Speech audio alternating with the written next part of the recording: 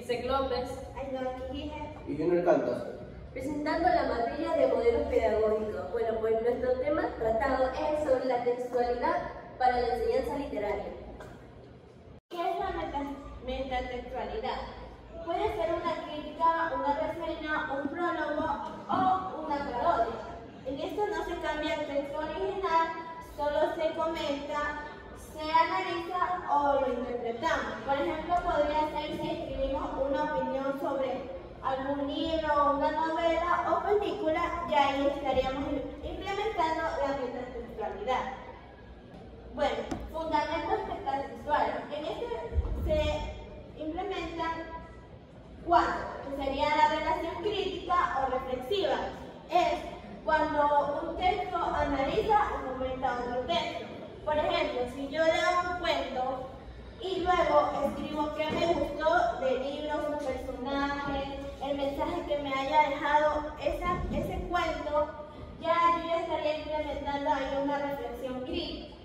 Intención explícita o implícita.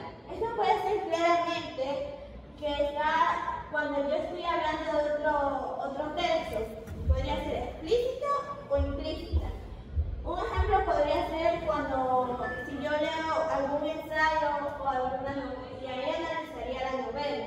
En implícita podría ser un video que se pueda imitar una película famosa sin decir el nombre, pero todos saben de qué se trata. Función didáctica o valorativa. Sirve para enseñar algo didáctico, dar una opinión valorativa. En esto podría ser un ejemplo didáctico, podría ser un maestro que explique el mensaje de una historia para que los estudiantes lo comprendan. El valorativo es alguien que dice, es que me gusta mucho porque al final del libro tiene buena trama. En el lenguaje técnico especializado se usa un lenguaje propio de análisis con palabras técnicas. En vez de decir el cuento es triste, se puede decir la narración tiene un tono melancólico y un desenlace trágico. Ahí se usa el lenguaje más técnico. Bueno, yo le voy a hablar sobre las funciones didácticas. Las funciones didácticas son un componente de etapas esenciales para integrar el proceso de enseñanza. Las funciones didácticas son muy esenciales para que un profesor pueda lograr enseñar bien su clase. Bueno, tenemos 7 esenciales funciones didácticas, que son las más principales. Ambiente agradable. En el curso o en el aula de clases debe haber un ambiente súper agradable para que el estudiante pueda comprender más la clase, estar psicológicamente bien, emocionalmente bien. Ya, tenemos así orientación de la atención. El docente debe tratar que el estudiante capte la atención del estudiante para que pueda entender bien la clase y él pueda adquirir conocimiento. Tenemos la recapitulación y repaso. Esto debe ser que en cierto tiempo el docente debe hacer el repaso de las clases anteriores, de las cuales el estudiante va a valorar al estudiante si está entendiendo la clase, si tiene que cambiar algún método.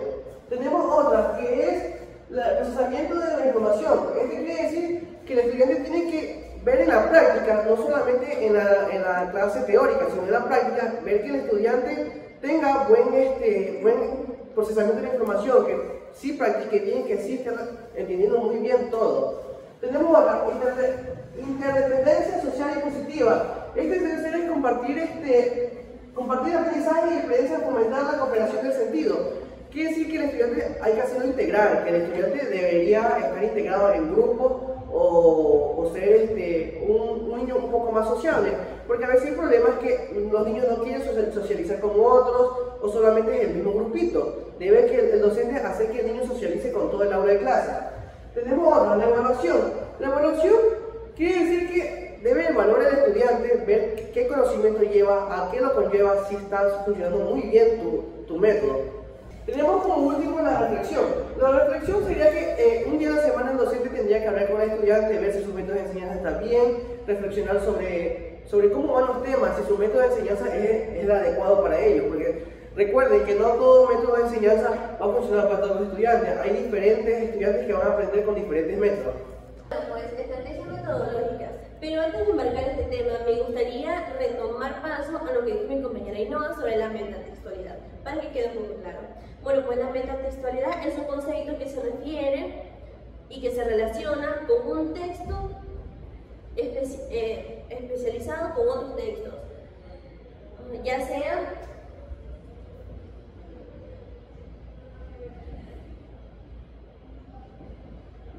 comentándolo,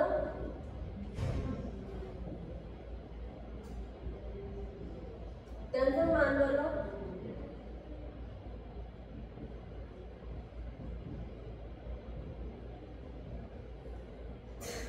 imitándolo y haciendo referencias ante ellos.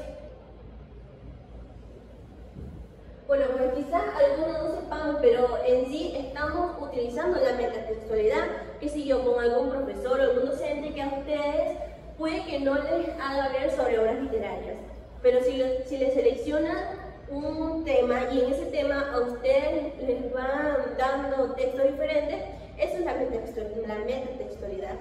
Y pues bueno, enfoques pedagógicos fundamentales. Bueno, pues este enfoque hace referente a que la metatextualidad lo relaciona, ya que la metatextualidad es una herramienta clave para esto, ya que sirve para enseñar literatura de una manera más profunda y conectada.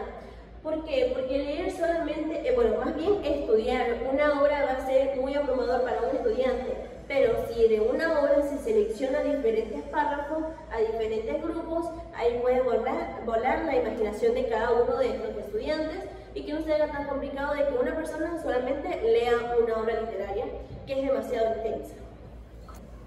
Y bueno, pues la estrategia metodológica innovadora, como la misma palabra dice, son ya las técnicas de enseñanza moderna que vemos ahora, ya que estas técnicas aprovechan globalizar para que los estudiantes ya sepan mejor, como por ejemplo los que les dije anteriormente, de que ya solamente un estudiante no abarca una sola obra literaria, sino que se reparte entre todos para que así puedan aprender y entender.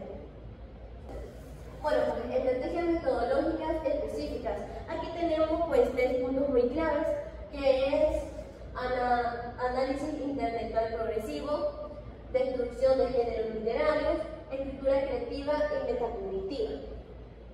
En este lado tendríamos sobre la implementación en el aula, que es talleres de reescritura. Bueno, pues el taller de reescritura, como bien lo dice, sería hacer talleres para ver la capacidad de los estudiantes al momento de escribir. Psicolación de lectura metacrítica. Bueno, pues aquí abarcaría que no solamente, como nosotros podemos ver lengua y literatura así, pero no solamente se abarcaría este tema, podemos hablar también sobre la ética, la historia y viceversa. Y pues bueno, pues los beneficios pedagógicos es más o menos lo que dije en todo. Y bueno, pues a continuación les voy a mostrar un video de un fragmento de una película que sinceramente no me la he visto, pero viendo este pequeño fragmento me llamó la atención para poderlo ver. Así es. Cuando yo tenía que edad no había televisión sino libros. Y este es un libro especial. Es el que me leía mi papá cuando yo estaba enfermo. Y el mismo que yo le leía a tu padre. Y hoy voy a leértelo a ti.